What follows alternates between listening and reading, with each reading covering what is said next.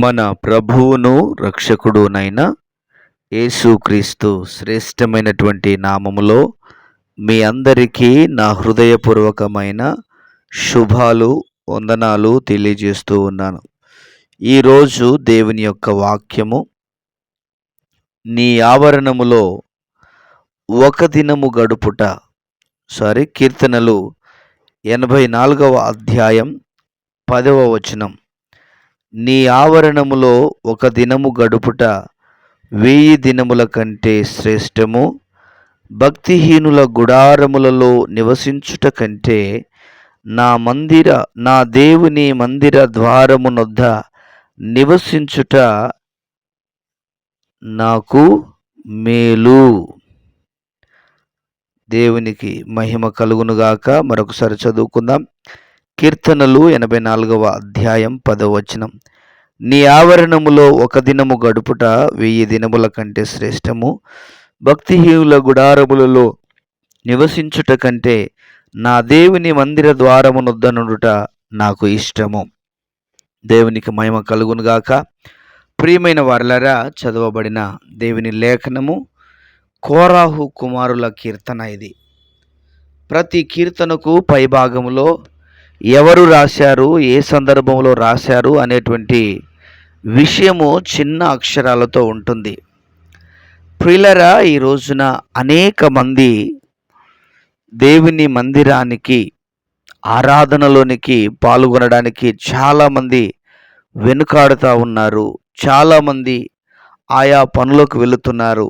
కొంతమంది చుట్టాలు వచ్చారని, కొంతమంది శుభకార్యాలు ఉన్నాయని, ఈ విధంగా రకరకాలుగా ప్రజలు దేవుని మందిరమును నిర్లక్ష్యము చేస్తూ ఉన్నారు. ప్రియులారా, భక్తులు సెలవిస్తున్నారు ఏందో తెలుసా? నీ ఆవరణములో నివసించుట 1000 దినముల శ్రేష్టము. అంటే ఒక్క దినము ప్రభు సన్నిధిలో గడిపితేనట 1000 దినముల అంత శ్రేష్టతను ప్రభు అనుగ్రహిస్తాడు. అంటే ఒకరోజు దేవుని మందిరానికి వెళితే మనము 1000 దినముల శ్రేష్టతను మనము పొందుకొని ఉన్నాము అనే సంగతిని జ్ఞాపకం చేసుకోవాలి. 1000 దినములు అంటే చూడండి ప్రియులారా, దాదాపుగా ఎన్ని రోజులు? సంవత్సరానికి 365 రోజులు. సంవత్సరానికి 365 రోజులంటే ఎన్ని దినముల శ్రేష్టత మనకు కలుగుతుంది అంటే దాదాపు 3 సంవత్సరాలకు పైగా దేవుడు మనకు శ్రేష్టతను అనుగ్రహిస్తున్నాడు. దేవుడు మనకు శ్రేష్టతను ఇస్తున్నాడు. అంటే ఒక్క దినము ఆయన సన్నిధిలో ఉంటే 3 సంవత్సరాల కంటే ఎక్కువైనటువంటి శ్రేష్టతను ప్రభు ఇస్తూ ఉన్నాడు.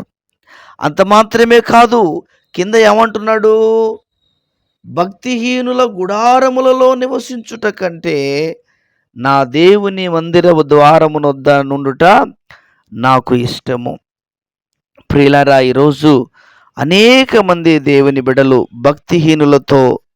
భక్తిహీనుల యొక్క సహవాసములో, భక్తిహీనుల గుడారాలలో, అంటే భక్తిహీనుల గుడారాలంటే వారి గుడారం అంటే వారు ఇల్లు మాత్రమే కాదు, వారు చేస్తున్నటువంటి పనులు, రెండవదిగా వారి అలవాట్లు, వారి యొక్క యాటిట్యూడ్స్ ఉంటాయి చూసారా, అవి గుడారాలు.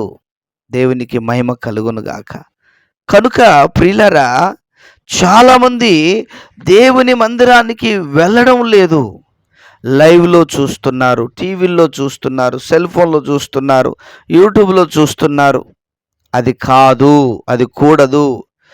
ఏ వాక్యము, ఏ దైవజనుడు చెప్పిన వాక్యమైనా కూడా మనము మిగతా రోజుల్లో వినడానికి, మిగతా రోజుల్లో ఆ వాక్యము ద్వారా మనం బలపరచబడడానికే తప్ప ఆదివారం ఆరాధనకు కాదు. ఖచ్చితంగా దేవుని మందిరములో మనం ఉండి తీరాల్సిందే. దేవుని మందిరములో అడుగు పెట్టాల్సిందే. దేవుని మందిరములోనికి వెళ్ళవలసిందే. నా ప్రియమైన దేవుని ప్రియులారా, దేవుని మందిరములో ఉన్నటువంటి ఆనందం వేరు. దేవుని మందిరములో ఉన్నటువంటి ఆ యొక్క దేవుని శక్తి వేరు. ప్రియులారా, చాలామంది మందిరములో నేను స్వస్థత పొందాను, మందిరములో నాకు ఈ దర్శనం కలిగింది, మందిరములో దేవుడు నన్ను దర్శించాడు, ఈ విధంగా ఎన్నో సాక్ష్యాలు ఉంటాయి. అందరం కలిసి ఆరాధన చేస్తాం, అందరం కలిసి ప్రార్థన చేస్తాం, అందరం కలిసి ప్రభును వేడుకుంటాం. ఆ స్థలము యొక్క పరిస్థితే వేరు. ఆ స్థలములో అడుగు పెట్టడం ద్వారాగా మనం దీవించబడతాం. ఆ స్థలములోనికి మనం వెళ్ళటం వలన, ఆ స్థలములో ఆరాధించుట వలన, ఆ స్థలములో ప్రార్థించుట వలన మనము దీవించబడతాము ప్రియమైన వారలారా. అంతేగాని ఇంటికాడ ఉండి టీవీలో చూసుకుంటే కాదు, ఇంటికాడ ఉండి లైవ్లో పాల్గొంటే కాదు. కాని పరిస్థితుల్లో, తప్పని పరిస్థితుల్లో ఓకే, కానీ అన్నీ ఫ్రీగా ఉండి, అంత అవకాశం ఉండి, అన్నీ అవకాశాలుండి కూడా చేయకపోతే అది మంచిది కాదు అనే విషయాన్ని జ్ఞాపకం చేస్తూ ఉన్నాను. ప్రియమైన దేవుని బిడ్డలారా, నా మందిరములో వారిని ఆనందింప చేస్తానన్నాడు ఆయన. ఆయన మందిరములో పిచ్చుకలకు ఆహారం ఉందంటున్నాడు. ఎంత శ్రేష్టత అండి దేవుని మందిరం అంటే. దావీదు కూడా అంటాడు కదా, దేవుని మందిరానికి వెళ్దామని జనులు నాతో అన్నప్పుడు నేను సంతోషించి తిని అంటాడు. చూసారా, ఎంత అద్భుతమైనటువంటి విషయాలు, ఎన్నో అద్భుతమైనటువంటి సత్యాలు, ఎన్నో అద్భుతమైనటువంటి మాటలు భక్తుల జీవితాల ద్వారా మనకు కనపడతా ఉన్నాయి. ఇవన్నీ మన యొక్క దీవెన కొరకు, మన యొక్క ఆశీర్వాదం కొరకు, మన యొక్క మేలు కొరకు అన్న సత్యాన్ని మనం జ్ఞాపకం చేసుకోవాలి. క్రీస్తునందు ప్రియమైన దేవుని బిడ్డలారా, దేవుని మందిరములో మనం అడుగు పెట్టాలి, దేవుని మందిరానికి వెళ్ళాలి, దేవుని మందిరాన్ని నిర్లక్ష్యము చేయకూడదు. దేవుని మనస్సుండే స్థలం అది, దేవుడు ప్రార్థన వినే స్థలం అది, దేవుడు కోరుకున్న స్థలం అది. గమనించండి, ఎంత అద్భుతమైనటువంటి ఆ యొక్క అనుభూతి కలుగుతుంది దేవుని మందిరంలో. కనుక దేవుని మందిరానికి వెళుతూ దైవ దీవెనలు పొందుకుందాం. అటువంటి కృప ప్రభు దయచేయునుగాక. ప్రార్థన. ప్రభువా, విన్న మాటలను దీవించండి, ఆశీర్వదించండి, మా జీవితాలకు ఆశీర్వాదకరంగా మలచండి, దీవెనకరంగా మలచండి. నాయనా, వింటున్న ప్రతి బిడ్డను, ప్రతి ఒక్కరిని పేరు పేరు వరుసన దీవించు. వారి అవసరాలు తీర్చు, వారి అక్కర్లు తీర్చు, వారికి ఉన్న సమస్యలు, వారికి ఉన్న ఇబ్బందులు, వారికి ఉన్న ఒడిదొడుకులు, వారికి ఉన్న ఆటంకాలు, వారికి ఉన్న అభ్యంతరాలన్నిటిలోంచి విడుదల కలుగ చేయవలసిందిగా ప్రార్థన చేస్తూ ఉన్నాను. ప్రభా, మీ కాపుదలతో, మీ భద్రతతో, మీ క్షేమముతో నింపి మహిమ కలిగిన రాకడ కొరకు సిద్ధపరచుమని వందనాలు చెల్లిస్తూ యేసయ్య నామంలో ప్రార్థన చేసి వేడుచున్నాము తండ్రి. Amen, amen. దేవుడు మనందరినీ దీవించి ఆశీర్వదించునుగాక. Amen, amen. God bless you.